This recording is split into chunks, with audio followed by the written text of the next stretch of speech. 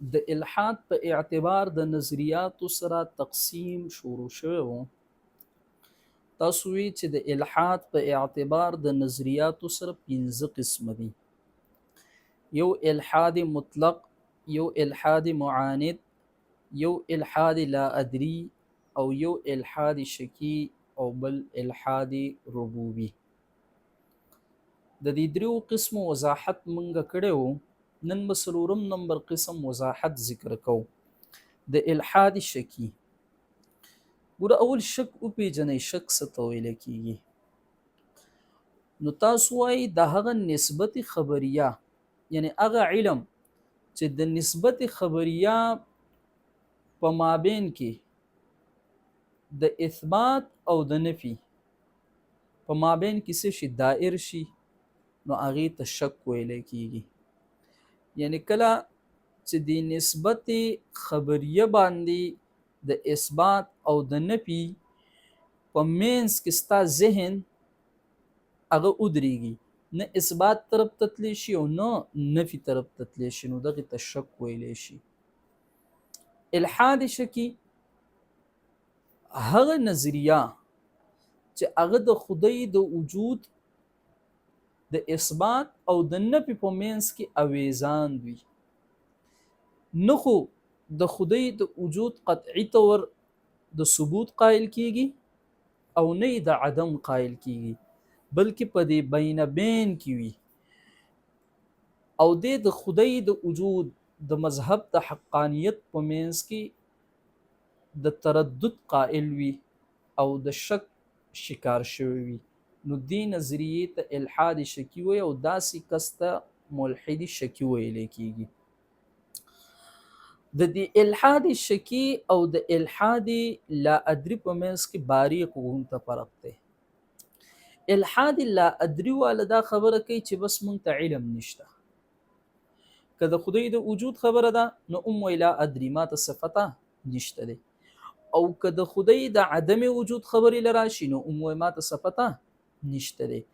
الحاد شکی والا دا خبره نه کوي چې مونږ ته علم شته یا نشته، بلکې دی په شک کې وي، په تردد کې وي، د کېدلو او د نه کېدلو په مابین کې. دې ته څه ویلی شي؟ الحادي شکی ویلی شي. او الحادي شکی قسم د الحاد ځکه دی چې تاسو د الحاد یو تعریف کړو چې الحاد ویلی کېږي د خدای د وجود نه انکار یا د خدای د وجود عدم تصدیق نه کول. دې ته څه ویلی شي؟ الحاد ویلی شي. نو دا الحاد شکی والا دی نظریه والا خو د خدای د وجود نه قطعی طور انکار خو نه کوي، خود تصدیق هم نه کوي قطعی طور او یقینی طور. نو دا عدم تصدیق د سره الحاد دی. اوس خبر راځي ذهن ته. پنځم او دې ته په انګلیش کې سکپټیکل ایتیزم وایي، او د شکی فلسفه ته چې په هر څه کې شک کوي او په هر څه کې د شک قائل وي، د تردد شکار وي، نو دې ته سکپټیسیزم وایي. او چې بیا خاص کر د خدای د وجود او د عدم وجود په منځ کې د تردد قائل وي او د تردد شکار وي، نو داسې سړی ته بیا سکپټیکل ایتیست وایي، یا الحاد شکی یا ملحد شکی ورته ویل کېږي. دا څلورم قسم په اعتبار د نظریاتو سره. پنځم نمبر دی الحاد ربوبی، چې دې ته انګریزی کې ډیزم ویلی شي.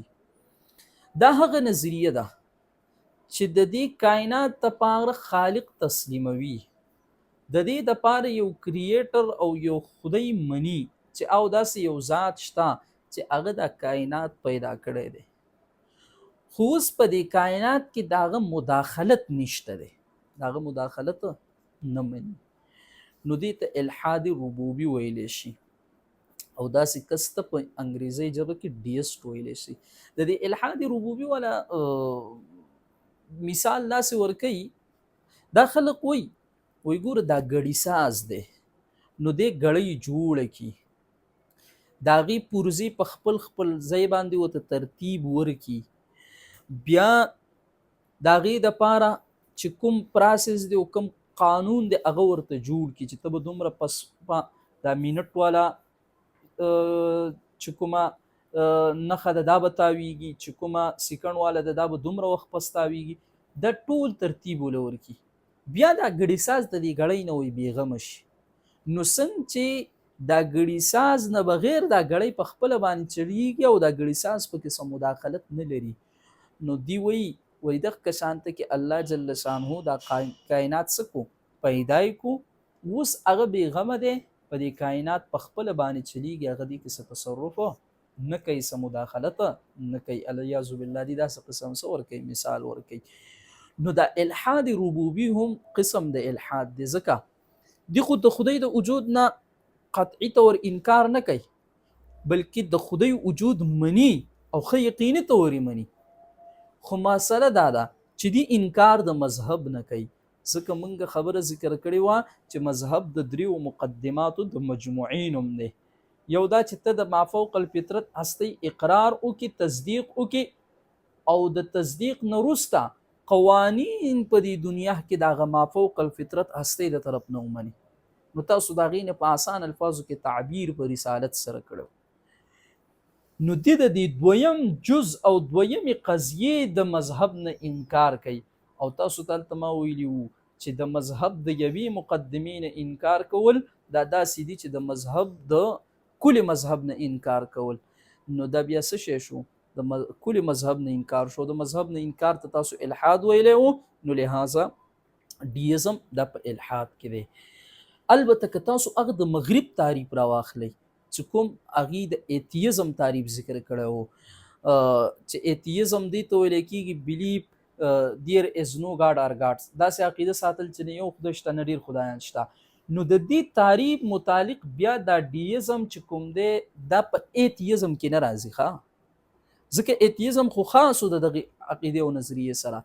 البته مونږ چې د الحاد کم تعریف کړی وو چې د مذهب نه انکار یا د خدای د وجود نه انکار یا عدم تصدیق، دې ته الحاد وایي. نو د دې تعریف متعلق بیا دا ډیزم چې کوم دی نو په څه کې راځي؟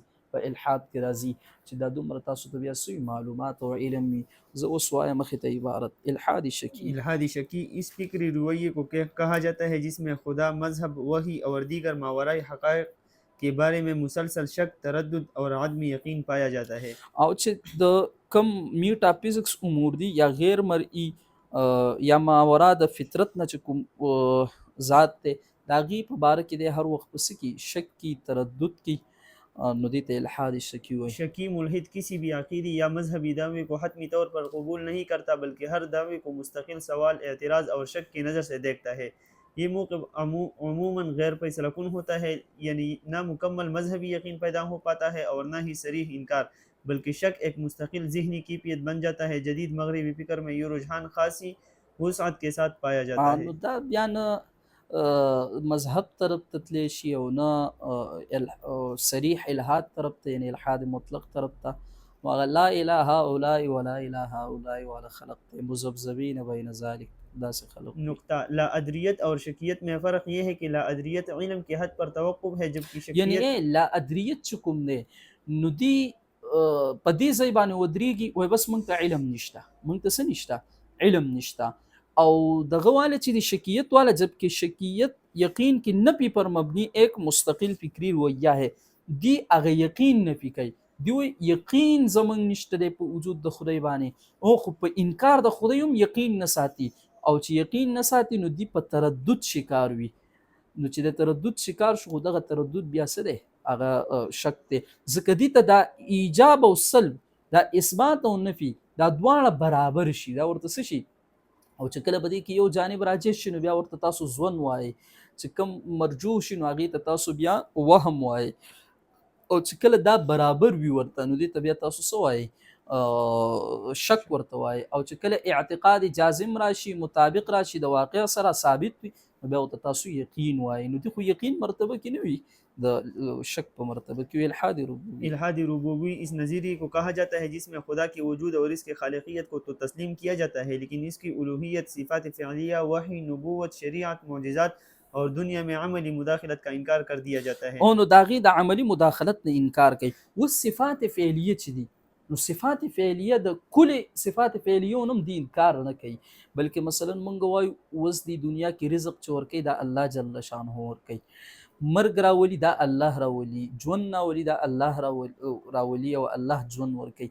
دی د دې قسم امورو نه هغه څه کوي، انکار کوي. داسې دا معجزات دي، موږ وایو الله جل شانه معجزات مختلف قسم. موسی علیه السلام ته یوه معجزه ورکړې ده، عیسی علیه السلام ته بله معجزه ورکړې، رسول الله مبارک ته بله معجزه ورکړې.